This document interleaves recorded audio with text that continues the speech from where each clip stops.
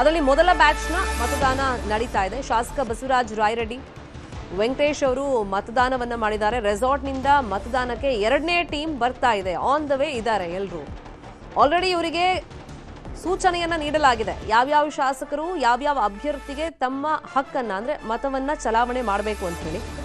ಈಗ ಮೊದಲ ಟೀಮ್ನಿಂದ ಆ ಟೀಮ್ನಲ್ಲಿ ಯಾರನ್ನೆಲ್ಲ ಲಿಸ್ಟ್ ಔಟ್ ಮಾಡಿದ್ರು ಶಾಸಕರನ್ನ, ಆ ಟೀಮ್ನಿಂದ ಈಗ ಮತದಾನ ಪ್ರಕ್ರಿಯೆ ನಡೀತಾ ಇದೆ.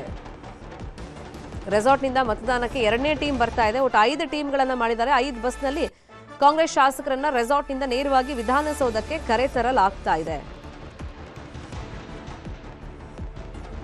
ಈಗ ಕಾಂಗ್ರೆಸ್ನಲ್ಲಿ 136 ಸದಸ್ಯ ಬಲ ಇದೆ. ಅದರಲ್ಲಿ ಪಕ್ಷೇತರ ಸದಸ್ಯರು ಅಂದ್ರೆ ದರ್ಶನ್ ಪುಟ್ಟಣ್ಣಯ್ಯ ಇರ್ಬೋದು, ಲತಾ ಮಲ್ಲಿಕಾರ್ಜುನ್ ಇರ್ಬೋದು, ಪುಟ್ಟಸ್ವಾಮಿ ಗೌಡ್ರು ಇರ್ಬೋದು, ಇವರೆಲ್ಲ ಕಾಂಗ್ರೆಸ್ಗೆ ಬೆಂಬಲ ಕೊಡಬಹುದು ಅಂತಿದೆ. ಈಗ ಎಸ್ ಟಿ ಸೋಮಶೇಖರ್ ಮಾತಾಡ್ತಾರೆ. ನಾವು ನಿಮ್ಮ ಅಭ್ಯರ್ಥಿಗೆ ಮತ ಹಾಕ್ತೀನಿ ಅಂತ ನಾನು ಓಪನ್ ಆಗಿ ಹೇಳಿದ್ದೇನೆ. ಅವರು ಎಲ್ಲ ಸಮಸ್ಯೆಗಳಿಗೆ ನಾನು ಗಮನ ಕೊಡ್ತೀನಿ, ಮುಂದಿನ ದಿವಸಗಳಲ್ಲಿ ಕುಳಿತು ಮಾತನಾಡಿ ಬಗೆಹರಿಸ್ತೀನಿ ಅಂತ ಹೇಳಿದ್ದಾರೆ. ಆತ್ಮಸಾಕ್ಷಿ ಮತ ಹಾಕ್ತೀನಿ. ಓಕೆ ಸರ್, ಈಗ ಬಸವನಗೌಡ ಪಾಟೀಲ್ ಯತ್ನಾಳ್ ಅವರು ಪತ್ರ ಬರೆದಿದ್ದಾರೆ ಸರ್. ಅಂದ್ರೆ ನಾನು ಬಿಜೆಪಿಗೆ ಮತವನ್ನು ಹಾಕ್ಬೇಕು ಅನ್ಕೊಂಡಿದ್ದೀನಿ, ನಾನು ಬಿಜೆಪಿ ವಿರುದ್ಧ ಕೆಲಸ ಮಾಡಿಲ್ಲ ಅನ್ನುವಂಥ ಒಂದು ನಿಟ್ಟಿನಲ್ಲಿ.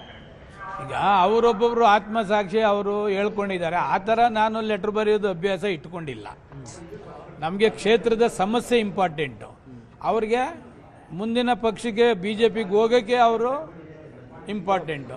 ಅದಕ್ಕೆ ನಮ್ಗೆ ಅವಶ್ಯಕತೆ ನನಗಿಲ್ಲ. ನನಗೆ ಕ್ಷೇತ್ರದ ಸಮಸ್ಯೆ ಒಂದು 10-12 ಸಮಸ್ಯೆಗಳಿದೆ. ಆ ಸಮಸ್ಯೆಗಳು ಬಗೆಹರಿಬೇಕು. ಬಗೆಹರಿಸಿದ್ರೆ ನಾವು ನಿಮಗೆ ಸಹಕಾರ ಕೊಡ್ತೀವಿ ಅಂತೇಳಿ, ನಾವು ನಿಮಗೆ ಸಹಕಾರ ಕೊಡ್ತೀವಿ, ನೀವು ನಮಗೆ ಸಹಕಾರ ಕೊಡಿ ಅಂತಕ್ಕಂಥದ್ದು ನನ್ನ ಭಾವನೆ.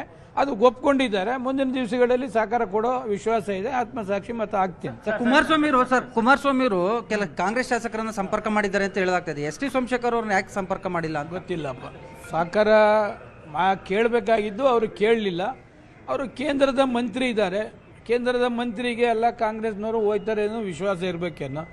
ಒಂದು ಕಾಂಗ್ರೆಸ್ಸಿಂದ ಒಂದೇ ಒಂದು ಓಟು ಕೂಡ ಭಾರತೀಯ ಜನತಾ ಪಕ್ಷಕ್ಕಾಗಲಿ JDSಗಾಗಲಿ ಹೋಗೋದಿಲ್ಲ.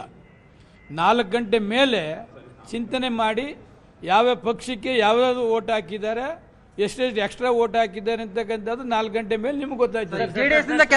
ಜೆಡಿಎಸ್ ನಿಂದ ಕೆಲವರು ಅಡ್ಡ ಮತದಾನ ಮಾಡಿದ್ದಾರೆ ಅಂತ ಸರ್, GT ದೇವೇಗೌಡರು ಎಲ್ಲ ಅಂತ ನನಗೆ ಗೊತ್ತಿಲ್ಲ. ಇದಿಷ್ಟು ಎಸ್ ಟಿ ಸೋಮಶೇಖರ್ ಅವರ ಸ್ಪಷ್ಟ ನುಡಿಗಳು.